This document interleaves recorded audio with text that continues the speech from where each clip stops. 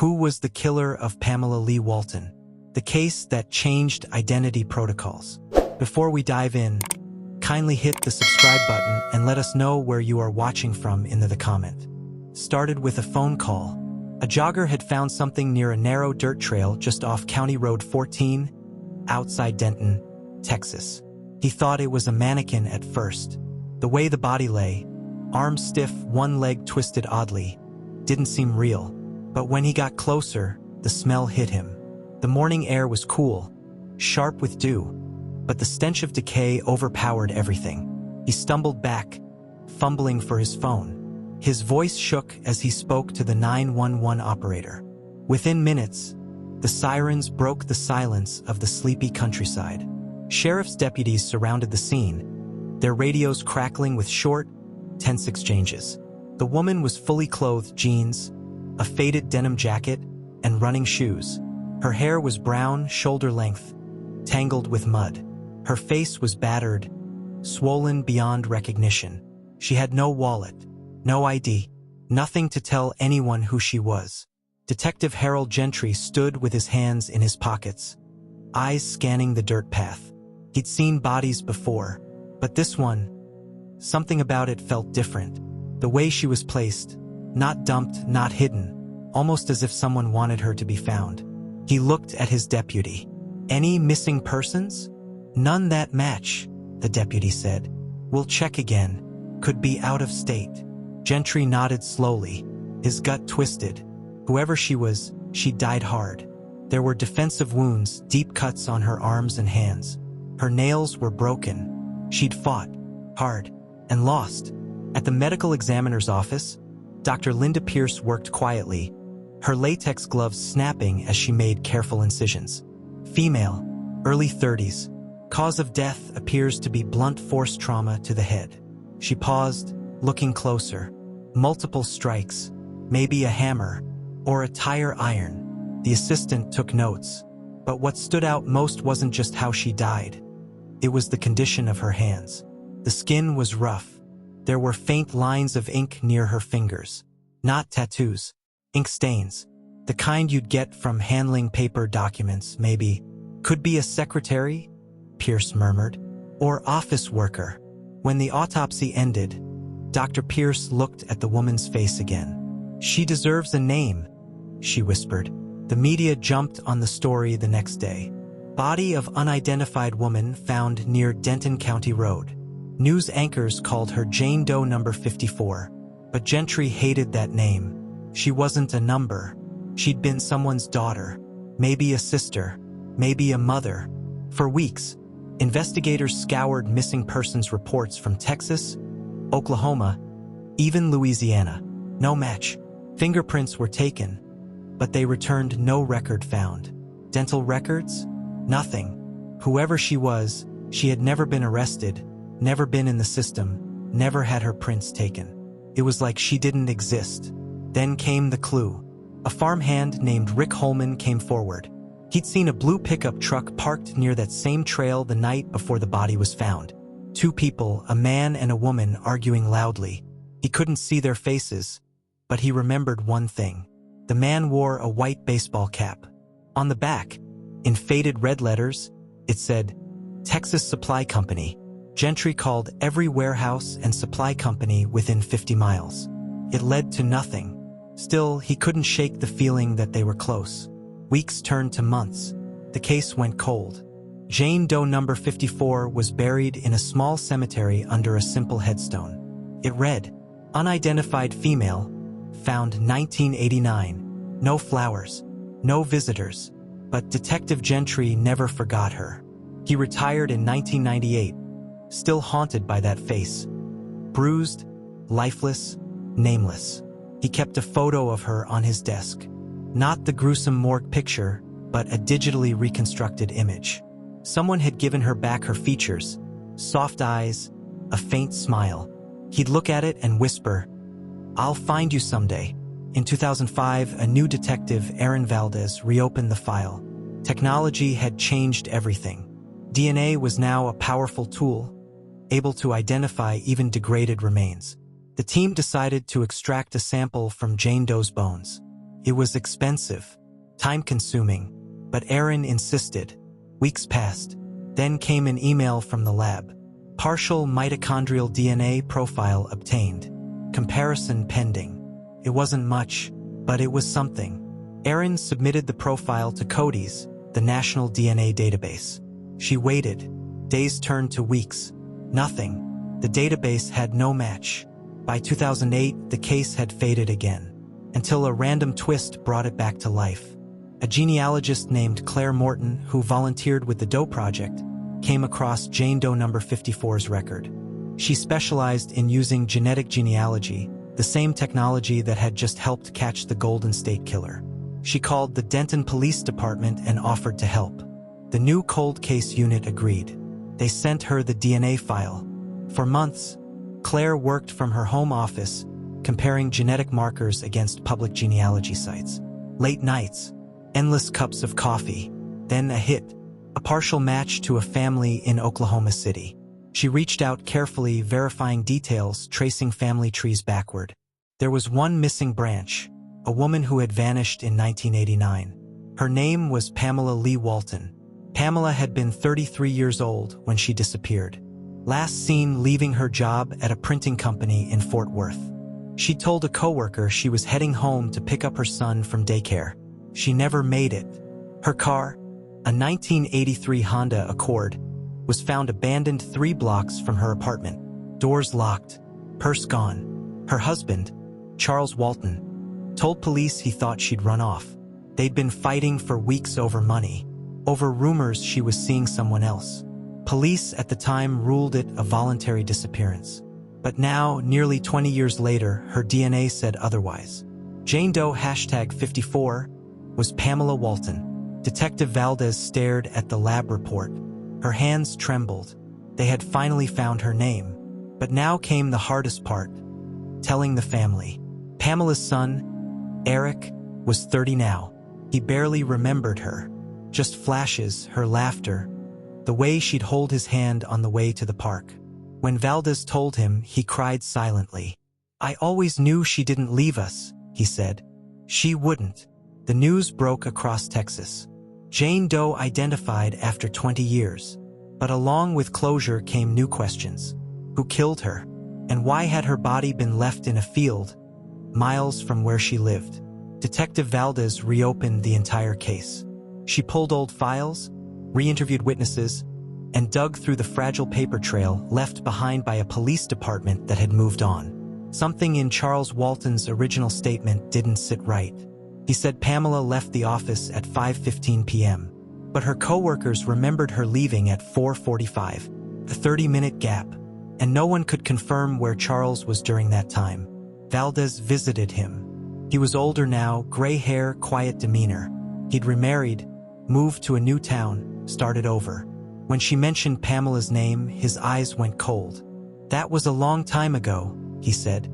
"Yes," Valdez replied softly. "But not for her."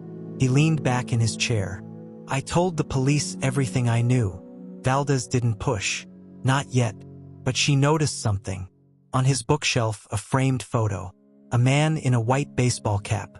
The same cap described by the witness in 1989. Texas Supply Company. Her pulse quickened. She looked at him again. And suddenly, the years melted away. The suspect, the truck, the argument near the trail. It all lined up. Pamela Leigh Walton finally had a name. But her killer, her husband, might have been hiding in plain sight all along. The sun had barely risen when the call came in. A farmer from the outskirts of Peoria County, Illinois, had dialed 911, his voice trembling. He'd found something he couldn't unsee. The dispatcher tried to calm him, but the words came out broken and panicked. There's a woman out here, in the grass. She's not moving." Deputies were dispatched immediately. By 6:42 a.m., 2 squad cars and an ambulance were parked off a lonely dirt road that ran parallel to a cornfield. The air was cold and heavy with mist. The farmer stood by his truck, arms folded, his face pale. He kept repeating the same line. "I thought it was a mannequin." When officers walked toward the body, they knew instantly it wasn't. The woman was lying face down.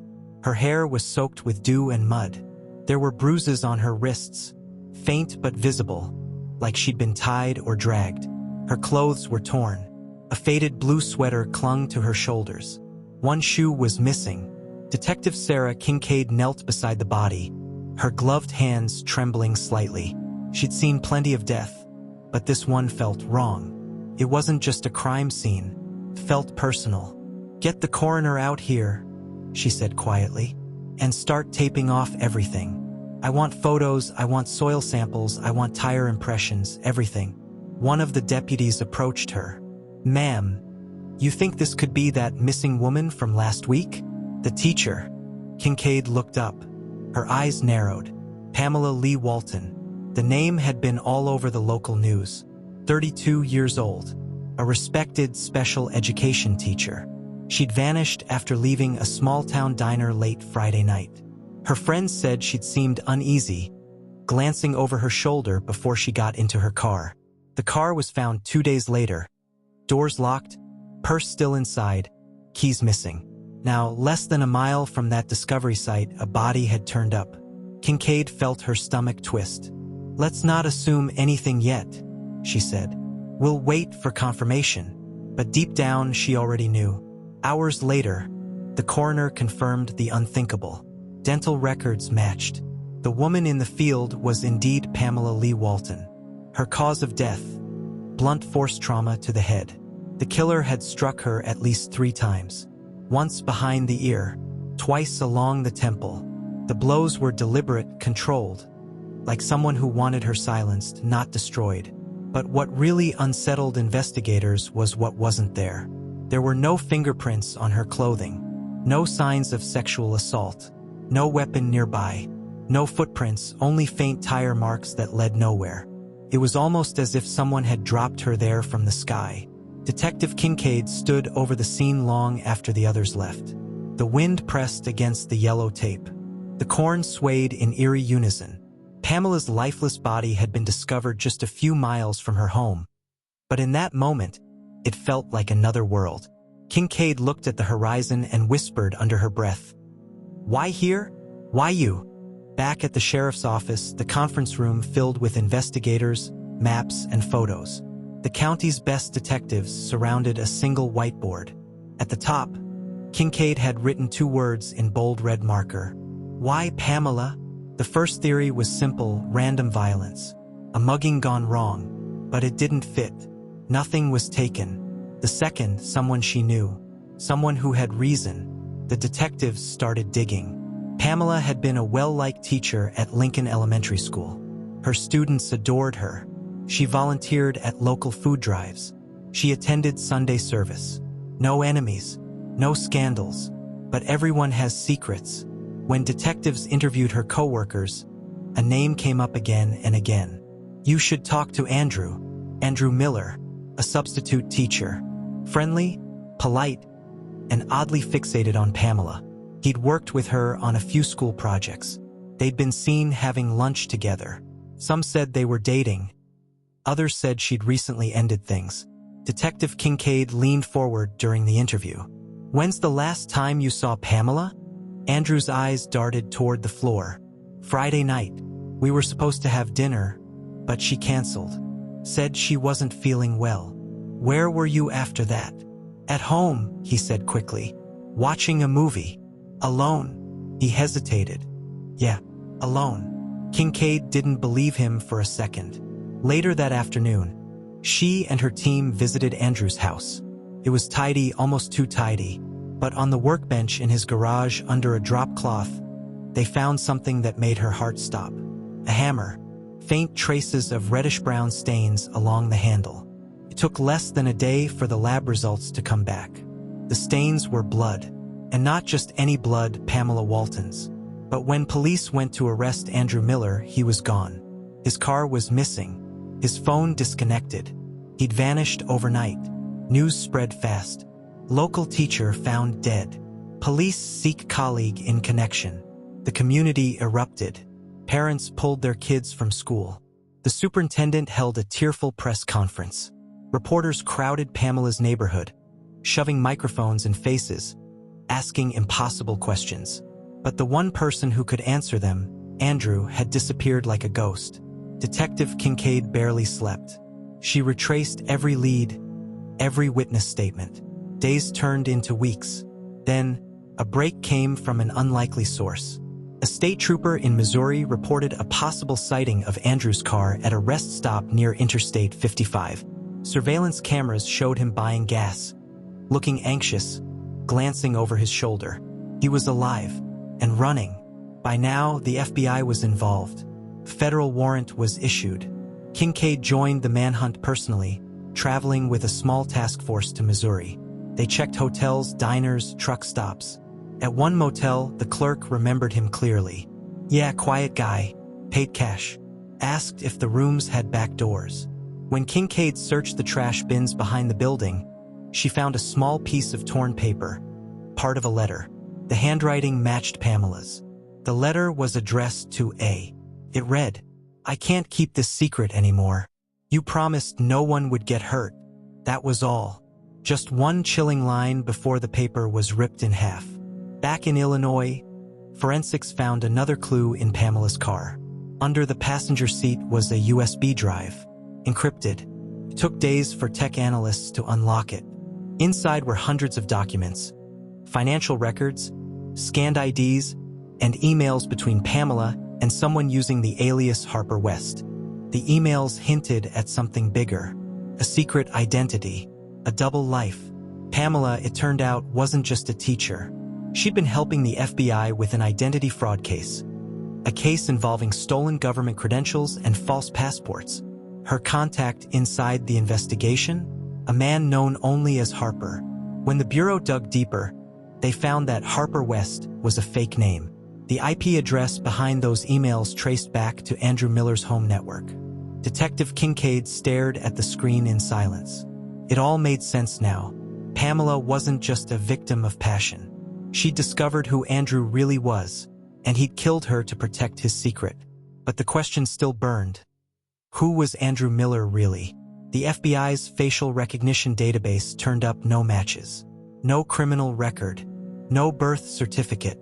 It was as if he'd never existed before 2015. A ghost. As the hunt widened, one lead finally broke the silence. For more chilling true crime stories, don't forget to like, comment, and subscribe to the channel. Rain pounded against the windshield as Detective Sarah Kincaid stared at the case file spread across her passenger seat. The road ahead was empty, lit only by the glow of her headlights cutting through the downpour. She couldn't shake the feeling that Pamela's murder was never meant to be solved. The clues fit too perfectly. The hammer, the emails, the letter, and yet, there were still gaps. Andrew Miller had vanished off the grid as if he'd never been born. No digital footprint before 2015. No tax records. No driver's license from any other state. His social security number was valid but recently issued. The FBI analysts said the same thing over and over. He's a ghost, but ghosts don't leave blood behind. By 8:45 that morning, Kincaid was sitting inside the Peoria County Bureau of Investigation, surrounded by maps, timelines, and grainy security photos. A team of federal agents briefed her on what they'd found overnight. Agent Daniel Grayson, a seasoned investigator with eyes that never seemed to blink, stepped forward. We ran his fingerprints through every database, Interpol, Homeland Security, even military archives. Nothing. Either this guy's a phantom, or someone scrubbed his identity clean. Kincaid leaned back, tapping her pen against the desk. And the fake passport? Fabricated with government-grade precision, Grayson replied. Whoever made it wasn't your average counterfeiter. This was someone with clearance-level access. That single phrase, clearance-level access, hung in the room like smoke. Pamela's death wasn't just about jealousy or fear. It was about something far bigger. Kincaid's phone buzzed. A local hardware store clerk had called back about the hammer purchase made under the alias Harper West. The man who'd bought it had been polite, well-spoken, and oddly calm. Had a faint accent, the clerk said. Couldn't place it. Maybe East Coast. Maybe not from around here. That detail struck Kincaid. Because in every interview, People had described Andrew as having no accent at all. Whoever Andrew Miller was, he might not even be American. By noon, a new lead arrived. A forensic linguist had analyzed the email exchanges between Pamela and Harper West. The writing style was sophisticated, too precise, too cautious. "There's an unusual pattern," the expert said over speakerphone. "The writer occasionally switches between American and British spelling, color/color, analyze/analyze. It's rare. That suggests someone educated abroad, but trained to blend in. An international operative?" Sounded absurd, but Kincaid had learned long ago that truth often hides behind the unbelievable. Later that afternoon, she visited Pamela's classroom for the first time. Desks were still neatly arranged. Her handwriting smooth, slanted, covered the whiteboard. A child's drawing hung near her desk. "Ms. Walton is the best teacher ever." Kincaid sat down, scanning the papers scattered across Pamela's desk. Then she saw something odd. An envelope with no stamp, no name. Inside was a small, torn photograph. Two people. A woman who looked exactly like Pamela, and a man who looked nothing like Andrew Miller. But the man's face, his jawline, his eyes, felt familiar. Kincaid had seen that face before, somewhere in the background of one of the photos taken near the diner where Pamela was last seen. A blurry figure watching from a distance. And he wasn't Andrew. Kincaid rushed back to the station. Her team pulled up every security camera near the diner. Frame by frame, they zoomed in on the shadowy figure lingering near the parking lot's edge. The timestamp matched Pamela's last known moments alive. When they enhanced the image, her blood ran cold. The man wasn't Andrew Miller. He was someone else entirely. A man who looked identical to Andrew, but older. The agents froze. Two faces. Same man. Different ages. Could be brothers? Grayson muttered. Kincaid shook her head. No. Look at the jawline, the scar above the eyebrow. It's him. Just from years earlier. How is that possible? That's what I want to know. They dug deeper. An FBI technician traced the earliest known IP address linked to Andrew's alias Harper West. The signal came from a long-defunct facility, a government-run research campus outside Chicago, once used for witness protection and identity reconstruction programs in the early 2000s. The program's name, Project Phoenix. It had been shut down after multiple scandals involving the creation of new identities for informants and, allegedly, covert operatives. If Andrew Miller was part of that, it explained everything. The missing records, the fake passport, the flawless cover story. But what was Pamela's connection? Kincaid found the answer in an unexpected place. A USB drive recovered from Pamela's home computer. Inside were dozens of encrypted memos between her and a former Department of Justice employee. One memo read, "He's not who he says he is. The file I found was supposed to be sealed. His real name is listed under Phoenix 47. Once they know I accessed it, I'm done." Pamela had stumbled onto Andrew's classified identity and paid the price. It was now undeniable. Andrew Miller wasn't a teacher. He wasn't a random coworker. He was a former government operative living under a false name. And when Pamela uncovered his secret, he killed her. But that still left one burning question. Why was the FBI being so quiet? Kincaid confronted Agent Grayson in the conference room that evening. Rain hammered the windows. "Why are you holding back on me?" she asked. Grayson's jaw tightened. He exhaled slowly. "Because you're dealing with something you don't understand, detective. The man you're chasing wasn't supposed to exist. And if he's alive, that means a classified federal program failed, and someone wants it buried." So Pamela found proof. Grayson nodded. She was part of an educational outreach project funded through a government grant. She didn't know it, but that grant was a front for laundering Phoenix identities. She saw the inconsistencies and tried to expose it.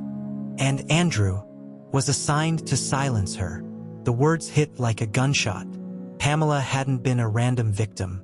She'd been targeted by the same system that created her killer. And now, that same system was trying to erase the evidence. Kincaid knew she was on borrowed time. She made copies of every document she could find, emails, lab results, surveillance photos. Then she locked the files in a safety deposit box under her own name. That night, as she drove home through the storm, her phone buzzed. An unknown number. She answered. A distorted voice came through the line. "Detective Kincaid. Stop digging. You're next." The line went dead. Sleep became impossible. Every noise outside her window felt like a threat. Every passing car made her heart jump. But she refused to stop. If Pamela's life meant anything, it was truth. Days later, the break she needed arrived from a small-town sheriff in Arkansas. A deputy had found an abandoned storage unit registered under one of Andrew's known aliases. Inside, boxes of fake passports, cash, and old surveillance photos. Dozens of them. All of Pamela. She'd been watched for months. There were photos of her classroom, her home, even her church parking lot. And at the bottom of the last box, taped beneath a false floorboard, was something that froze Kincaid in place. A government-issued ID. Name, Marcus Hale. Affiliation, Department of Homeland Security. Clearance, Level 5. And the face on that ID? Andrew Miller. Kincaid stared at it in silence. Marcus Hale. Thunder rolled over Peoria that night, swallowing the city in a curtain of noise. Detective Sarah Kincaid sat alone in her office, the glow of her monitor casting pale light over her exhausted face. The folder in front of her, Marcus Hale aka Andrew Miller, wasn't just a murder case anymore. It was a betrayal buried deep inside the very system she'd sworn to serve. Pamela Leigh Walton hadn't been a random victim. She was collateral damage. Someone had decided she knew too much. Kincaid stared at the DHS ID again. The laminated card reflected flashes of lightning through her office window. The man's smile was faint, confident, cold, rehearsed. Marcus Hale, a name erased from official records in 2013, declared dead in a helicopter accident off the coast of Virginia. No body ever recovered. But now here he was, alive, using a new name, killing to protect the secret that had kept him hidden for over a decade. At 2 a.m., Kincaid sent a single encrypted message to FBI agent Grayson. "Found something big. We need to talk. Not over the phone." Minutes later, she packed the ID and the storage unit evidence into a duffel bag. As she pulled into the deserted parking lot of a nearby diner, headlights flared behind her. A black SUV. No plates. Her pulse quickened. Before she could react, the SUV door opened, and Grayson stepped out, rain dripping from his coat. "You shouldn't have come here," he said flatly. Kincaid froze. "You told me to meet." He raised a hand. "Not here. Not tonight." His voice had changed. Lower. Tighter. Something in his eyes made her stomach twist. Grayson wasn't the same man she'd worked with days ago. He looked haunted. "Someone's watching us," he whispered. "They've been following me since you found that ID." "Who?" "The same people who created Hale." They sat inside her car, rain hammering the roof. Grayson leaned closer. Project Phoenix wasn't about witness protection. It was an identity manufacturing program. The government built people, operatives with fake lives, fake pasts, fake everything. Some were used for covert missions, others for domestic infiltration. Kincaid's eyes widened. "You're saying Marcus Hale, Andrew Miller, was one of them?" Grayson nodded. He was trained to disappear in plain sight. After Phoenix was shut down, some agents refused to come back in. They went rogue. Hale was one of them. And Pamela? She discovered proof. A classified link between the educational foundation she worked for and a Phoenix laundering shell company. She tried to report it, and Hale was sent to stop her. Kincaid's throat tightened. Sent by who? Grayson's silence said everything. The next morning, Kincaid's precinct was buzzing. Her captain called her into his office, his face pale. "Sarah, we've been ordered to turn over all evidence related to the Walton case to federal authorities. Effective immediately." She blinked. "What? We're in the middle of—" "It's not my call," he said. "They're saying this falls under national security." Kincaid's jaw clenched. "National security? It's a homicide. not espionage. Maybe it's both. That night, she returned to her apartment, the weight of the case pressing against her chest. Boxes of notes covered her kitchen table. The duffel bag sat at her feet. And then silence broke. Her phone buzzed. Unknown number again. A voice she'd heard before. "You were warned, detective." She looked out the window. A man stood across the street, face hidden beneath a black umbrella. The line went dead. She shut the curtains, her breath shaking. For the first time in years, Sarah Kincaid felt afraid. 3 days later, the Walton file disappeared from the system. Her login credentials were revoked.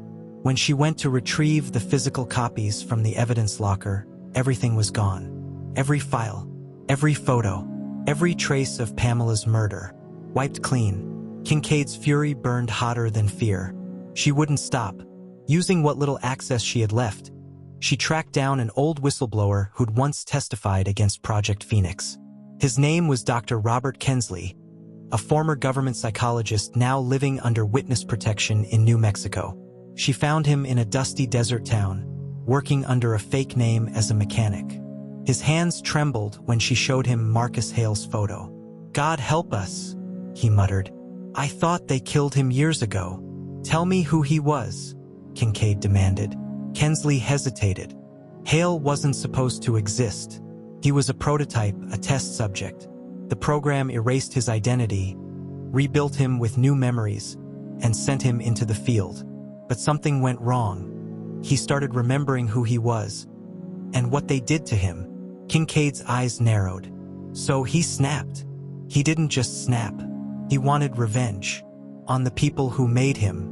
On the ones who abandoned him. The pieces started fitting together in her mind. Pamela wasn't his target at first. She was collateral, someone who uncovered what he was hiding. But there was more, a deeper layer. "Why did he stay in Illinois?" she asked. Kensley looked at her grimly. "Because that's where the files were stored. The original Phoenix archives. The ones he wanted to destroy." Kincaid froze. "You mean, he came back to erase his past?" Kensley nodded. "And anyone connected to it."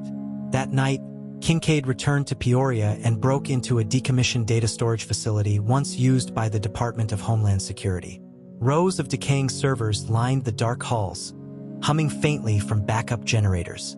In the control room, dust-covered terminals blinked with life as she powered them on. After hours of searching, she found it, PHX_47. Hale, Marcus A. Encrypted personnel records, photos, psychological evaluations, and a final entry dated 2 months before Pamela's murder. Subject has shown signs of instability. Requests termination of field identity. Program directors deny request. Subject has threatened exposure. Her pulse pounded in her ears. Pamela's death hadn't been random. Hale killed her because she found the exact file Kincaid was reading now. The log ended abruptly. The next entry was sealed under an unrecognized authorization code. Then she heard it. Footsteps. She spun around. A silhouette filled the doorway, outlined by a flickering emergency light. "Looking for something, detective?" It was him, Marcus Hale, older than the photos, face harder, eyes hollow. He stepped forward, gun glinting in his hand. "You should have stopped when they told you to." Kincaid raised her hands slowly. "You killed Pamela." He tilted his head. "She didn't have to die. She just wouldn't stop digging. Same as you. You were supposed to be dead." A smirk crept across his lips. "I was, until I realized death was freedom. I erased myself before they could." Lightning flashed, illuminating his face. Haunted, almost human. "You think you're the hero here?" she said. "I'm not the hero," he replied. "I'm the result." He lowered the gun slightly. "You want to know who killed Pamela Walton? It wasn't me. Not really. It was the machine that made me. The one that told me she was a threat. I was just following orders I didn't remember giving." Kincaid's voice broke through the silence. "Then why come back? To finish what I started." Before she could react, Hale turned and fired a single shot into the terminal. Sparks erupted. The monitor exploded in a shower of glass and smoke. The files, everything gone. He turned toward her again, expression calm. Now there's nothing left. But before he could pull the trigger again, red and blue lights. The courtroom was silent. You could hear the hum of the fluorescent lights above, the shuffle of papers, the low murmur of reporters whispering. Every seat was taken. The air felt thick, like the entire town had gathered to finally breathe after years of holding it in. At the front sat the man everyone believed had taken Pamela Leigh Walton's life. Except, no one could even agree on his real name. For months, detectives called him John, then David, then Stephen. It seemed every time they thought they knew who he was, another identity peeled away like old wallpaper, revealing something darker underneath. The man who once smiled in family photos, who coached Little League, who attended Sunday services, wasn't who anyone thought he was. And that's when the real story began.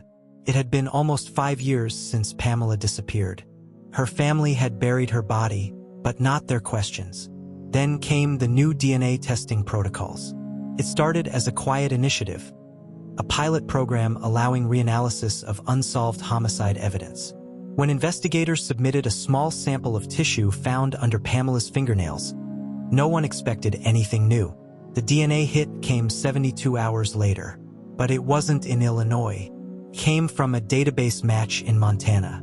A man arrested for check fraud had his DNA logged as part of routine booking. That DNA was now connected to Pamela's case, one of the longest cold cases in the state. The name tied to the sample was Stephen Caldwell. But when Illinois authorities tried to confirm his identity, they hit a wall. Caldwell didn't exist. When the FBI joined in, they uncovered something chilling. The suspect had lived under 6 different names in 3 states. He used birth certificates from deceased infants, an old trick that pre-digital records made possible. Each identity was carefully built. Each job, address, and document felt authentic. He had lived entire lives. In Illinois, he was Mark Lewis, a quiet carpenter.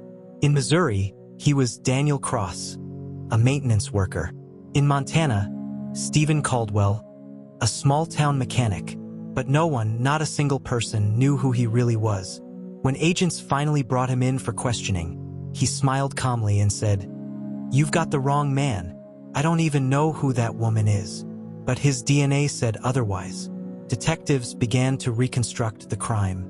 Pamela Leigh Walton had been seen leaving a diner around 9:15 p.m. on a rainy Tuesday night. She often took the same route home, walking 2 blocks to her car parked near the community center. That night, she never made it. Security footage, grainy and distorted, showed her walking alone, clutching her purse, her umbrella nearly turning inside out in the wind. A shadow followed her at a distance. Investigators believe that's when the man approached. There was a struggle. Pamela fought back. DNA under her fingernails proved it. But the attack had been quick, efficient, like someone who knew exactly what they were doing. When detectives studied the footage frame by frame, they noticed something else. The attacker limped slightly on his right leg. That detail didn't seem important until they examined their suspect in custody. He had an old bullet wound in that same leg. Coincidence? Or evidence? The trial became national news. The man of many names case drew journalists, true crime podcasters, and forensic experts from across the country. It wasn't just about Pamela anymore. It was about how one man had slipped through the cracks of America's identity system for decades. Pamela's family sat in the front row every day. Her mother clutched a small pendant that once belonged to Pamela. Her father stared straight ahead, never blinking. The defense argued there was no solid proof, that the DNA could have been contamination, that there was no eyewitness, that the state had built a story, not a case. Then came the prosecution's final move. They revealed a detail no one knew existed, an old fingerprint lifted from Pamela's car door handle. For years, it had been unreadable, but with new AI-enhanced imaging, the print was finally matched. It was him, the man sitting right there in the courtroom. The defense went silent. Reporters typed furiously. And then, unexpectedly, the suspect asked to speak. The judge hesitated but allowed it. The man stood. His voice trembled, not with fear, but something like resignation. "You want the truth?" he said. "I didn't mean to kill her." Gasps rippled through the courtroom. "She knew me, or she knew who I used to be. I just wanted her to forget." The courtroom froze. Forget what? What had Pamela discovered? He never explained. He sat down, folded his hands, and stared at the floor. When investigators dug deeper, they finally pieced together his origin. He was born Raymond Holt in a small Indiana town. His childhood was quiet until his father was arrested for fraud and identity theft in the late 70s. Raymond learned everything from him: how to make fake IDs, how to slip into new names, how to vanish. By his early 20s, he had already assumed his first alias. He lived as someone else for nearly 30 years. But then, one night, he crossed paths with Pamela Leigh Walton. Pamela worked as a data clerk for a local insurance company, one that processed employment histories for background checks. Investigators believe she recognized his name from old paperwork and confronted him privately. That confrontation cost her life. The jury deliberated for 9 hours. When they returned, the judge's gavel struck once, echoing through the packed courtroom. "We, the jury, find the defendant, Raymond Holt, guilty of the murder of Pamela Leigh Walton." Pamela's mother broke into tears. Her father placed a trembling hand over hers. Reporters rushed outside to broadcast the news. But for many, it didn't feel like victory, because while the verdict brought justice for Pamela, it also exposed something terrifying. How easy it once was for a person to live multiple lives, unseen by any system until it was too late. The aftermath changed more than just one man's fate. In Illinois, the case sparked a statewide reform in identity verification laws. Birth certificate databases were cross-checked with death records. Federal systems began integrating fingerprint and DNA matches more aggressively. Pamela's name became part of legislation, the Walton Identity Protection Act, ensuring no one could ever steal the identity of a deceased child again. It became a symbol of both justice and prevention. But the emotional scars never faded. Pamela's sister once told a reporter, "She died because she saw something she wasn't supposed to, but because of her, no one else will disappear behind someone else's name." Years later, a journalist writing a retrospective on the case received an anonymous letter. Contained a single sentence: "There are others like me." Attached was an old photograph of a group of men in their 20s. In the back row, barely visible, stood Raymond Holt. Who were the others? Where were they now? No one ever found out. But it left a chilling possibility that Pamela's murder wasn't just a tragedy of one man's deception. It might have been part of something much larger, a network of people living in plain sight, hidden behind names that never belonged to them. And somewhere out there, one of them might still be walking free. The story of Pamela Leigh Walton ended in a courtroom, but its shadow stretched far beyond. Changed laws. It changed how we identify ourselves. And somewhere out there, one of them might still be walking free. For more chilling true crime stories, don't forget to like, comment, and subscribe to the channel.